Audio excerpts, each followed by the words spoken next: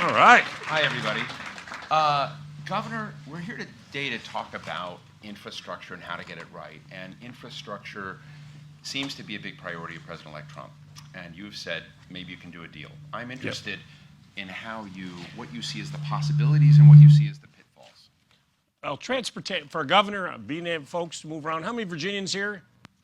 Okay, wow. Great. Well, you know transportation. How many of you supported him? Well, you don't want to. They're very good. But when I ran for governor, I said, listen, I'm going to fix transportation in the Commonwealth. Northern Virginia was absolute gridlock. Right. And so here we are now 3 years into the term. For those that live in Northern Virginia, as you know, I've just announced inside 66 new lanes, which has been, they've worked on for 30 years. We got it done. Outside the Beltway on 66, we're going to have 10 lanes now. Price tag? Well, that's a good story. So when I became governor, we were going to spend $1 billion of taxpayer money. I said, the deal stinks, I don't like it, and I canceled it. This was the most congested road in the United States of America.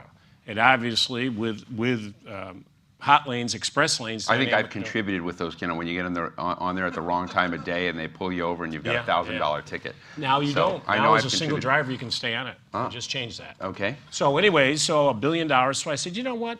Why are we giving all this income away? We are the #1 state in America for P3s, public-private partnerships.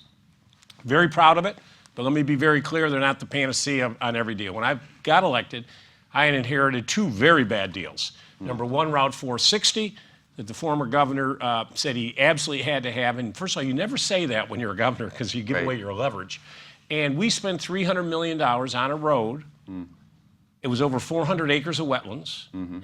Army Corps has never permitted over 400 acres of wetlands, but maybe they're going to do ours. But you got to apply for a permit. Never applied for a permit, not a shovel went in the ground, and $300 million of taxpayer money spent. I canceled that. I was able to recover about $160 million. Midtown Tunnel deal down in the Hampton Roads, increase in toll capacity, such a level that people in Portsmouth couldn't go to work anymore without any new capacity yet, so we changed that deal. So I went into this deal in '66 saying, this is great revenue to it. I'm not going to give it away unless it makes sense for Virginia. So I had my Secretary of Transportation, Aubrey Lane, and his team do an analysis of this and came back and said, yes, we can do it ourselves. The state will do it ourselves. We'll keep the revenue. So we made that decision. Then I put it out to P3 and said, if you want to bid on this project, you can bid on it, but you got to beat the deal we're doing. So the leverage was all on our side. So here we are. I just announced it 2 weeks ago. This $2.1 billion project, 0 taxpayer money, 0. They are writing me a check next month for $500 million. Express Mobility Partners, a consortium of big companies. They are going to spend $800 million on new transit activities in the corridor.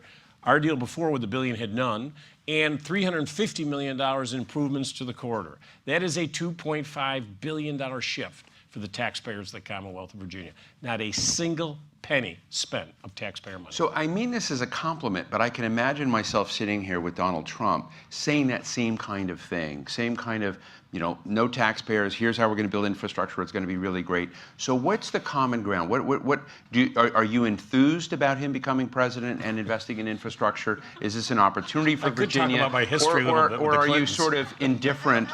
Yeah. No, I'm not excited he's president, but I've known the Clintons for 40 years. I chaired her last campaign. I chaired his campaign. I read that somewhere. Okay, yeah. I do have a book on my life, What a Party. New York Times bestseller, if you're ever bored. It's now in audio. If you're really bored at home some night. You can listen it could really spice up. And listen to it on 66. Yeah, there you go. Yeah, but it'll be so quick now with all the cars moving. But listen, I like you save it home, get a little red wine, a candle going, and fire this thing up. I'll leave it there. You take it from there. But he's president. I've known the man for a very long time. Actually, in full disclosure, gave me money when I ran in 2009. I'm sure he loves to have that told to people. I'm sure he loves that, but it is what it is. I'm trying to use every leverage point I have now. But if he wants to I sent him a letter the day after the election, said the election's over. I was devastated by the loss, but as governor, I got to move forward. And I said, if you really are into $1 trillion in infrastructure, and I want to work with it. We have huge infrastructure projects in Virginia, and if this is what you want to do, we lead the nation in public-private partnerships. We are the model for this. This deal I just announced, I think, should be groundbreaking for every state in America. 0 taxpayer money. And we're getting tremendous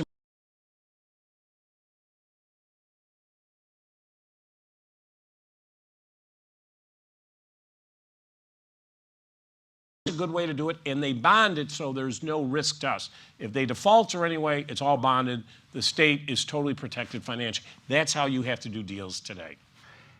You're obsessed with infrastructure, as I understand it. We've talked about it before when we had the Atlantic Forum and Disputante, and you're sort of looking at these kind of broad differences. I know you've got the Atlantic Gateway project. And I'm interested, Terry, in how you put together the pieces of this. And beyond the individual projects, what I'm interested in how you've reached across the aisle, how you put this together. Are these easily replicable state by state? Because I get the sense that there's a lot of uneven performance in infrastructure. And I'm wondering, what secret sauce do you think you have that other governors could have? And people were pretty mad at us on the Atlantic Gateway because Virginia took 20% of the pot. We got 20% of the federal pot. Why? We had the best plan. So I would always argue you put a full comprehensive plan out. Atlantic Gateway for the Virginians, and really for everybody on the East Coast. We just won, it's a $1.4 billion project. We got $165 million from the federal government. I do want to thank Secretary Fox and his team. But we had the best plan. What we are doing with this money now, $1.4 billion, is we're adding 18 miles to our express lanes on 95. We're taking 95 through 395 all the way to the D.C. border on express lanes. I'm taking it 10 miles south through Fredericksburg all the way down. I'm building a new bridge over the Rappahannock River. But really what is so important about this is I'm adding almost 20 miles of new rail. Because in Virginia, on passenger rail, if you ride Amtrak, it is a very difficult process because CSX owns the rail line, and if they have a freight car on it, it's going 30 miles an hour, nothing you can do. Amtrak will have to sit behind it. So now we are building this 20 miles of new track as we approach the Long Bridge up here, right here between DC and Virginia, which is the biggest choke point. To open that up, freights now can move over here and Amtrak can rip. This opens up Roanoke, Virginia. It opens up Norfolk, Virginia. It now speeds Amtrak. So it was a game changer for all the regions in Virginia. And we took possession of the S line from Richmond all the way to Raleigh, so now we can have higher speed rail. This is a comprehensive deal. This is on top of what I just announced, the $2.1 billion of outside the Beltway, the improvements to 66, now the Atlantic Gateway project. I mean, if I may, why do you need federal money when everything's going so well? Well, first of all, it's our money. It's our taxpayer money. So I just think, I'll be honest with you, I don't come from this school of theory that we don't want federal money. Be honest with you, I want every single penny. Forget those other 49 worthless states who will waste your money. You want so a you good... don't want to tell them your secret sauce for... No, we haven't. In fact, my secretary's actually done it, because honestly, we want to get all the infrastructure. But I just put $750 million into our port. We have the deepest port in the East Coast. You want to talk about infrastructure? The prior administration said they wanted to sell the port. That is really one of the craziest things I've ever heard. I'm not going to sell Dulles Airport. I'm not going to sell my port. Right now, the ones that can handle the big post-Panamax ships is our port down in Hampton Roads. So these gigantic post-Panamax ships will now come to Virginia. Now, with this new rail capacity I'm building, we did $36 billion last year of trade. This all goes towards, and when you say you're going to sell an asset, other cargo lines are not going to come to your port because your competitor may own the port. So we've ended that. We have stabilized the port, which for years and years lost money. We're now going to our third straight year of profitability. I put $50 million into Dulles Airport for United Airlines. Just got it through my budget. United, very complicated, but they're out of Dulles. Huge enplanement costs, the cost you pay per ticket. We're like low $30.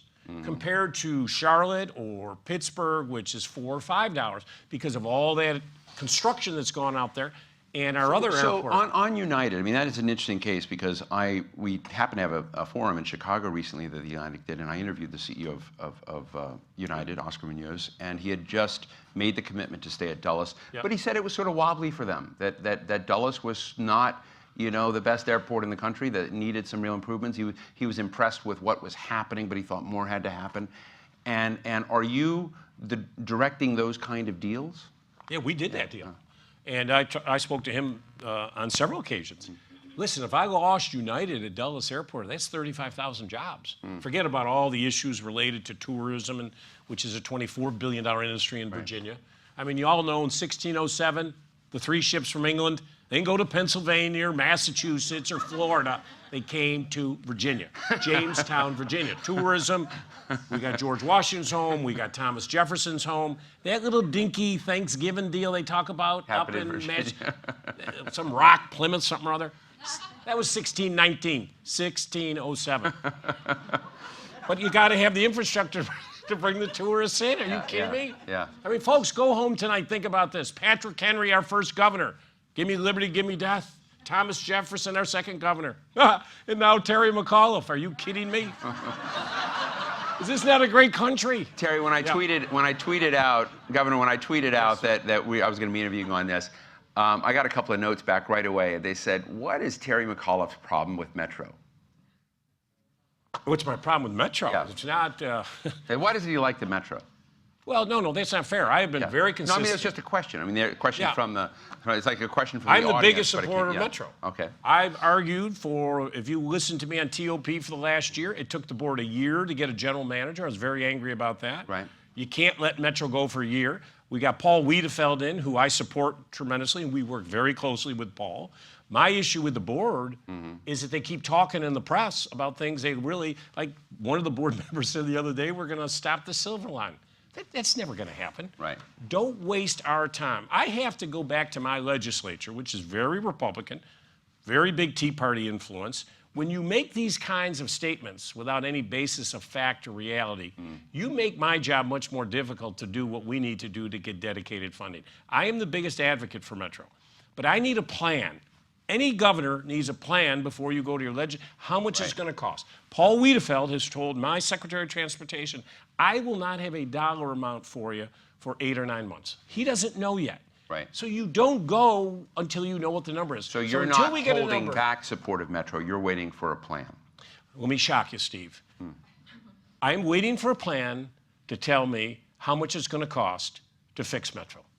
I don't go into my legislatures with a number saying, well, let's just do a tax. We don't know how much it's going to cost. Nobody would do that. You wouldn't do it in business. You wouldn't do it. So everybody ought to just listen. Paul should be the spokesman for Metro. I have said I'm for dedicated funding, and I'll speak for Governor Hogan. He's in the same place I'm in. Right. We need to know what is it we're paying for. Sure. I'm all for safety. I've been yelling about safety for 3 years now. It's got to be safe. It's got to come, and you've got to have where it's that picks you up on time and drops you off on time. I'm all for dedicated funding, but I need a plan, and that plan is not ready. So until the plan's ready, board, be quiet. Right. I want to get to the audience. I'm sorry, that shouldn't be rocket science. No, I just wanted you for to that have an out-of-the-box opportunity to clarify response. that, because apologize. I think there is a lot of tension out there about the Silver Line, about Metro funding, about accountability, and it's just one of these things you But could Steve, get. there's no tension about it. The Silver Line is half built. Right, I know. You're not going to stop it. I mean, zero chance. So why are you wasting my time asking me about the Silver Line? No, honestly, come on. So, one of the questions I want to go to the audience shortly is what your roster of projects are, how they do it. Because one of the things that many states have, where you have like very big urban centers, and you can see, I mean, you would drive around and I see infrastructure projects going up around Virginia, and it used to be you never saw those kind of things. So I acknowledge that. But how do you spread it out when you have such an uneven population density? How do you kind of keep a template in thinking smartly about infrastructure and what you're going to do, say, over the next 10 to 20 years when you have very sparsely populated areas, but nonetheless you have infrastructure needs there? And you're right. I'm the governor of the Commonwealth of Virginia, which is all parts of it. Now, obviously, you've got to make sure you can move people around Northern Virginia. You got to move people around Hampton Roads, the largest naval base in the world.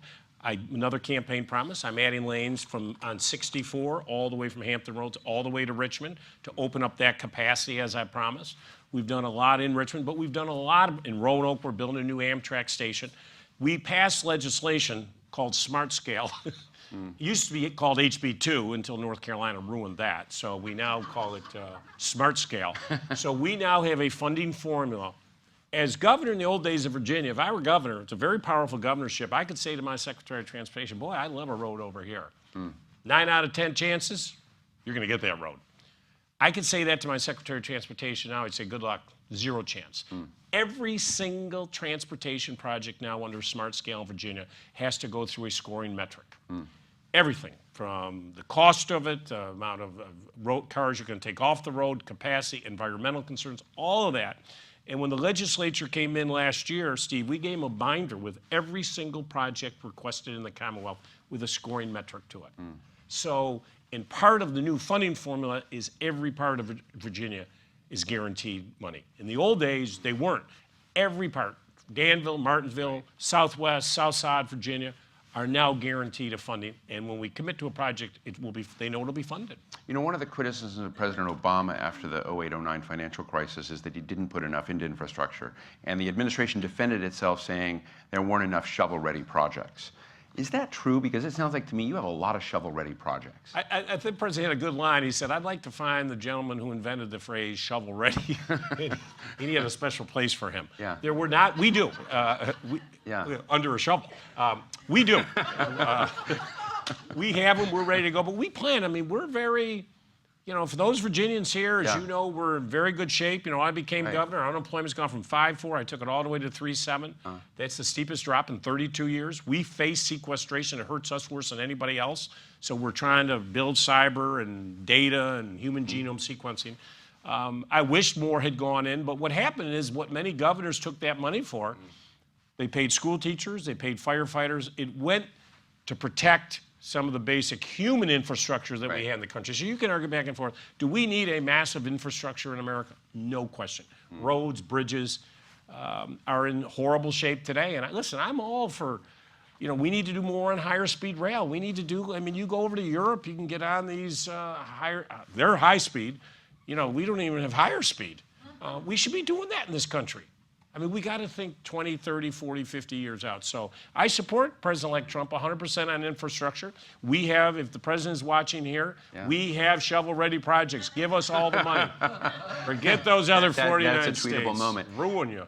Real quick last question. Terry, is there any big infrastructure project you said that you sort of dream about that you think would be so awesome that is not on your map yet that you're thinking about, boy, if there's one thing I wish I could do but I haven't been able to do yet, what would it be? Well, I'll be honest with you. The Atlanta Gateway, which we just got done, was the big, you know, probably the biggest thing in Virginia transportation in many, I mean, I hate to say that self-serving, but I'll go ahead and say it anyways. I mean, we have done, like in Northern Virginia, there are no more, after I finish up what we're done with, there are no more big projects to do. The thing I would love to see, Steve, is what I mentioned on rail. We as a nation just aren't doing it. And I would love to be able to see higher speed rail in this country. You know, you ought to continue Amtrak, and we're working on this all the way from Washington, all the way through Virginia, take it to North Carolina, and then ultimately, if you can take it on down to Florida. But that's the biggest thing I think we're missing on big, bold infrastructure for our nation. Thank you for that. Let me open up to the floor. We have one in the front, we have one over here. We'll go fast lightning round. Everybody, this is Stacy Berger, and she runs. Give her a round of applause. She's somehow makes it happen. I thank you. She's not going to let you have the mic. Okay, Eddie Eich is a Virginia resident. I wanted to ask you about these express lanes, the affordability. Yeah, 2 days ago, I was going from 66 and 495 to Braddock Road. The cost was over $15 for 3 miles. And who can afford that other than perhaps the richest people coming out of Tyson's? Good price. Yeah, the simple answer is don't get on it. We have the same free capacity that we had before. We have now added new capacity for those that want to pay. If you don't want to pay, don't go on it. So what we were able to do with the funding for the express lanes is build all new roads for the free lanes. So the capacity has increased dramatically. But remember, this is a choice. But remember, you still have all the free lanes. You will have spanking new 3 free lanes each way on 66. But if you choose, that are free. They're free. Yeah. But if you choose to go in it, you know what it costs you. If you don't want to pay it, don't pay it. And you know, there's such a ruckus over when I announced Inside 66. And unfortunately, Republicans, it was a political year, they ran ads that McAuliffe has taken the tolls up. Totally false ads. All I did Inside 66 is give a single driver who today is prohibited from getting on HOV lanes during rush hour, still free every other time, let's be clear. A single driver, the only one affected, if you choose to go on that lane, you can now go on it. It was prohibited before. That's it. You were riding free before, you're riding free after. All I did was allow single drivers who were prohibited the choice. They can now go on it. You don't want to go on it, don't go on it. Hi, thank you. Yes. Governor, Nancy White with the American Institute of Architects. I know we're focused here today on transportation infrastructure, but you mentioned human infrastructure, Yep. social infrastructure. So just wondered, with there being such a shortfall on the funding and renewal efforts for public buildings, with public schools, $46 billion nationally, shortfall, what are you doing in Virginia, and what's the plan for public renewal on Thank you. infrastructure? Yeah, great question. Listen, I ran an economic development, and I mean, I'm sure you're on my website every day. I think we've done 185,000 new jobs since I came in. We've done 14 billion of new capital, 5 billion more than any governor in the history of the Commonwealth. My whole point in all of this is I can bring jobs in, but I can't do it unless I have the best education system, because it's your education system that will build workforce to recruit businesses in. We're always very proud in Virginia of our education system. Our K-12 is always at the top. But I just put $1 billion in education, the single largest investment ever for K-12, to totally revamp.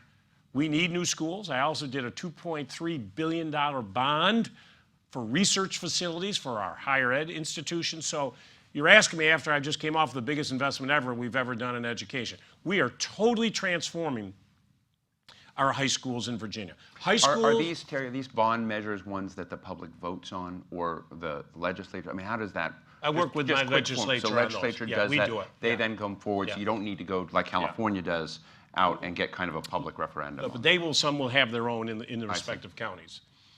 But high schools do not work in America anymore. They were built in the Industrial Revolution. The jobs that we need today are different.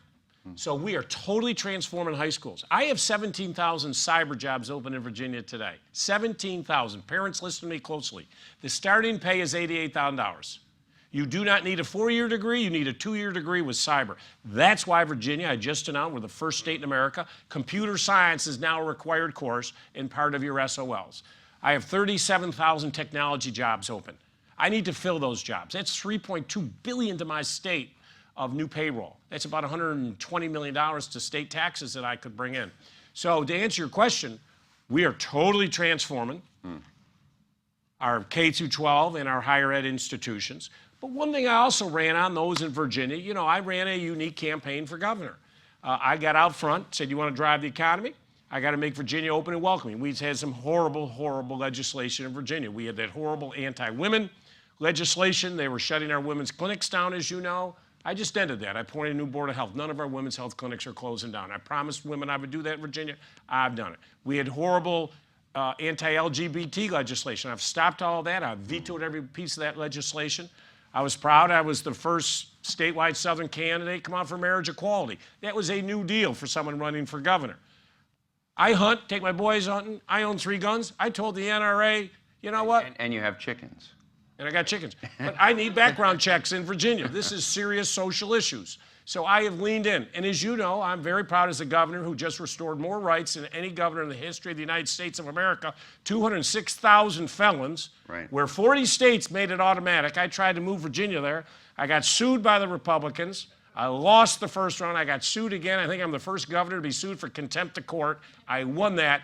And now we have brought these people back into society. Second chances matter for people. So I have leaned in on human capital. Human capital. Open, welcome, invest in education, transform our transportation system. I have been a spectacular failure at my ability to get Medicaid expansion done in Virginia. I've tried. You Virginia residents should know $7.9 billion we have forfeited, direct cash that we paid in, that I have not been able to get my legislature to bring that money back. And I've tried hard. It's not for want of trying, but I will continue to try. On that, Governor, and we were right at the end, I want to say thank you, but I am interested in those chickens. You had 4 chickens. You took the governor's prerogative to let your chickens run around the governor's mansion. How are the chickens doing? I mean, I hate to say this, one chicken died. Oh, which one? Did it have a name? It did. It was about a month before the election, Hillary died. Well, you knew that because that's why he asked the question. But we've got Hillary Jr. now, has replaced, and she is bright and fluffy and making a lot of noise and healthy as an ox. Ladies and gentlemen, Governor Terry McAuliffe. Thank you, buddy.